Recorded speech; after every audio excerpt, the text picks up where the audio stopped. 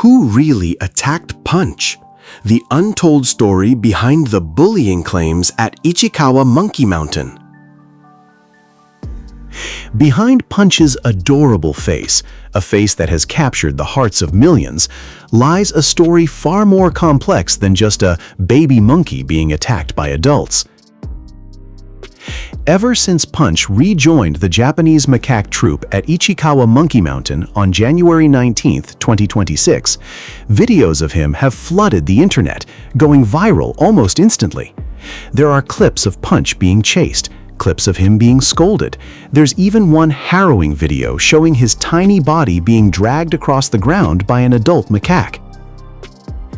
To human eyes, these scenes are deeply distressing. Naturally, people began to ask, who is actually attacking Punch? Is an adult monkey relentlessly bullying him? And the question his fans ask most, was Otome one of the attackers? Today, we unravel the entire timeline based on official statements from the Ichikawa City Zoological and Botanical Garden. And as it turns out, the truth might not be what you've been led to believe.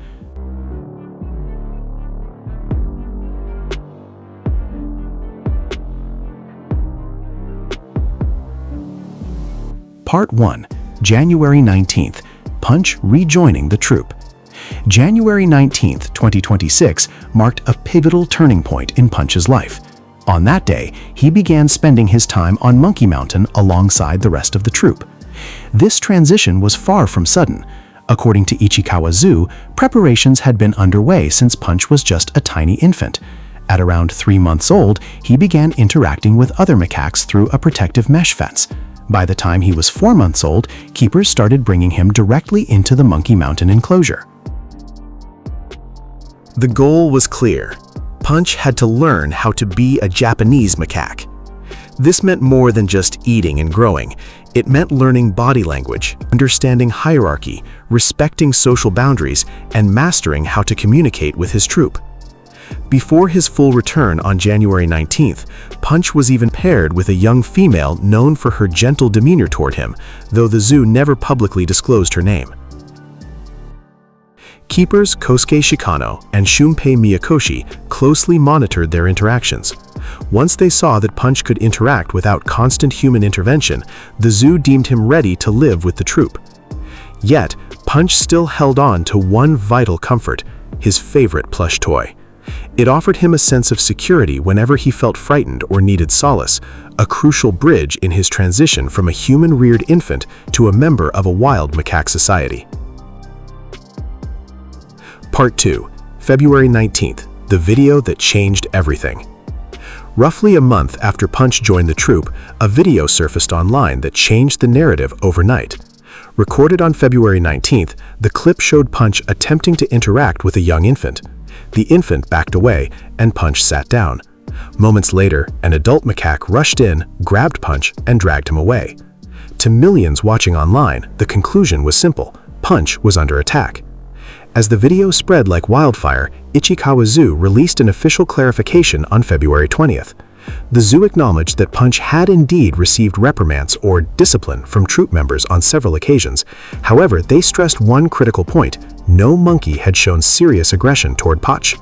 Regarding the February 19th incident, the zoo clarified that the adult macaque was likely the mother of the infant Punch had approached.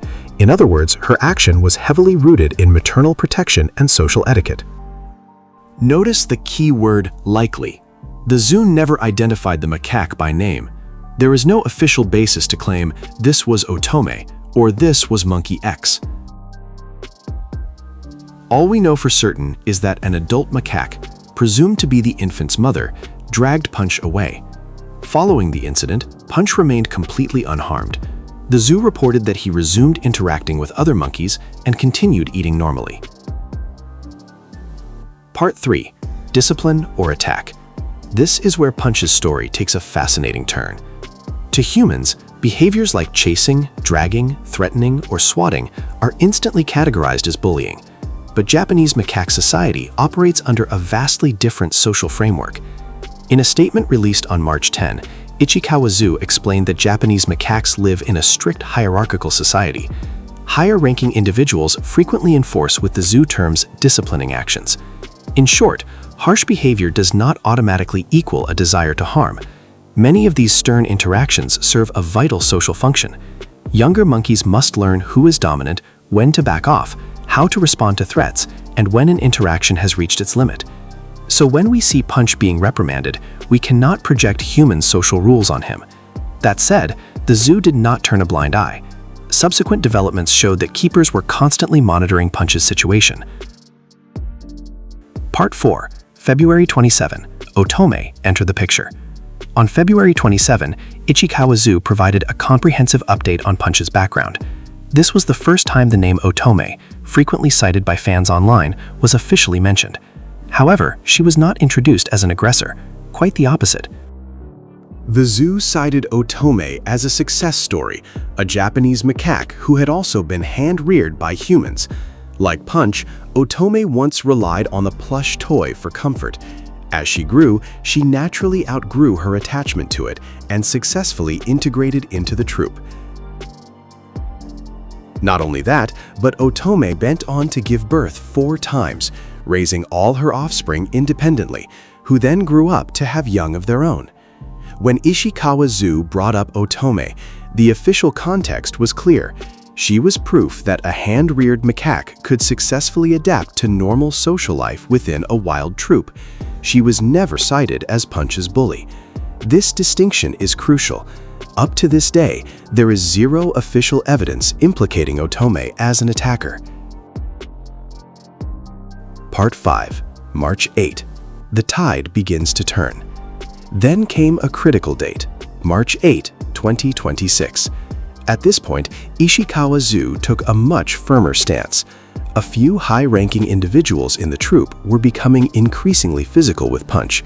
This time, the zoo didn't just say, "Let Punch figure it out." They intervened. Several high-ranking monkeys were temporarily isolated from the troop. Their identities were kept strictly confidential. This intervention revealed 2 things. While the zoo viewed certain social dynamics as normal learning experiences, they recognized that the frequency of these harsh interactions needed active management. Punch's story wasn't as simple as "it's all just play," nor was it unchecked cruelty. It was a delicate balance between natural behavior and human intervention. Part 6, March 10. The big clarification. On March 10, Ishikawa Zoo issued another statement addressing the viral videos alleging bullying. They reiterated the hierarchical nature of macaque society, emphasizing that dominant individuals discipline lower-ranking ones. But they also shared a vital piece of information. There was no evidence that Punch had ever suffered a life-threatening attack. That is a crucial boundary line. Punch experienced harsh interactions. Punch was reprimanded. Punch was dragged across the ground. But according to the zoo, no monkey ever attempted to kill or inflict fatal harm on him. In fact, during this exact period, more and more troop members began grooming Punch, approaching him and playing with him. His social life was not an endless landscape of conflict. It was filled with acceptance, bonding, playfulness, and growth. Part 7, April 27, The Human Factor. On April 27, Ichikawa Zoo issued visitor guidelines on how to observe the macaques responsibly. Why? Because human behavior outside the enclosure directly impacts the animals inside. Loud noises, sudden movements, prolonged staring, or intrusive behavior can make the macaques defensive and stressed. In a group governed by strict hierarchy, elevated tension among adults cascades down to individual interactions. Recognizing this, the zoo urged visitors to observe Monkey Mountain with care and mindfulness. When watching a tense video of Punch, context is everything. What happened before the camera started rolling? Who was interacting with whom? What was Punch doing moments prior? How did the troop respond afterward? Without this context, a few seconds of footage can paint a picture completely detached from reality. Part 8, May 1, The Mystery of the Aggressors. Then came perhaps the most pivotal announcement regarding our core question. On May 1, 2026, Ichikawa Zoo announced that they would no longer publicly share the names or individual traits of other macaques in the troupe. The reason? A massive wave of misinformation on social media had led to public backlash and online hate directed at specific monkeys. People were constantly asking, who dragged Punch, who attacked him, who is being aggressive, and who is playing with him now? To protect the animals, the zoo chose anonymity. This leaves us with a mystery. We know that certain high-ranking individuals acted harshly toward Punch. We know some were temporarily removed. We know an adult female dragged him on February 19th. But we do not have an official list of names. To pluck a name off social media and present it as fact is simply irresponsible. Part 9. So, was Otome the attacker? Now we return to the question on everyone's mind: did Otome attack Punch? Based on all available official evidence, the answer is unproven. Ichikawa Zoo has never identified Otome as the macaque who dragged Punch. She was never named as one of the high-ranking individuals separated on March 8th, nor has she ever been officially labeled a bully. The only time Otome's name officially appeared, it was as a symbol of hope, a testament to how a hand-reared infant can go on to live a full, natural life. If you see a video of Otome standing near Punch, exercise caution. Proximity does not equal aggression. A stare does not mean a threat. A chase does not mean an intent to harm. Most importantly, we must not mistake speculation for fact. Part 10. What happened next? Following the events of March, Punch's social world continued to expand positively. The zoo reported a steady increase in troupe members approaching, grooming, and playing with him. On June 29, the zoo addressed population management at Monkey Mountain, noting that having younger individuals present actively supported Punch's integration.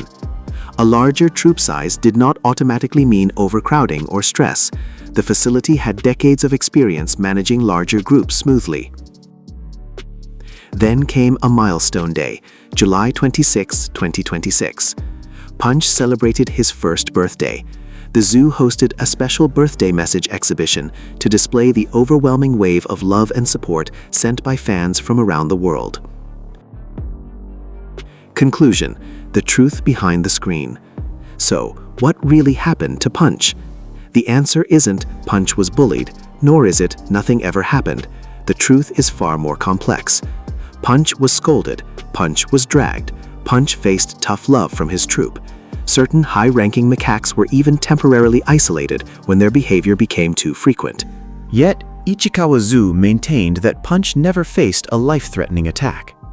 Over time, the troupe gradually accepted, groomed, and welcomed him into their social fold. As for Otome, to this day, there is zero official evidence naming her as an attacker. And perhaps that is the most important lesson of Punch's story. We don't know every name, nor do we see every interaction. Ichikawa Zoo deliberately keeps those details private to protect the troupe from human misjudgment. When a viral video shows Punch being chased or dragged, it feels like we're seeing the whole story. In reality, we are glimpsing only a few fleeting seconds of a deeply intricate social world. Punch is learning how to be a Japanese macaque. He is learning when to approach, when to retreat, who to touch, who to respect, and how to navigate a complex society with its own unwritten rules. Perhaps Punch's greatest challenge was never a single rifle monkey. It was learning to navigate the wild world he was always meant to belong to. Punch's journey is more than just the story of a dragged baby monkey. It's a story of resilience, hierarchy, acceptance, and protection. It challenges us as humans to look beyond surface impressions, reminding us that in Punch's world, not every push is an attack, not every stern monkey is an enemy, and the real names behind the mystery remain, to this day, a quiet secret of Ichikawa Monkey Mountain.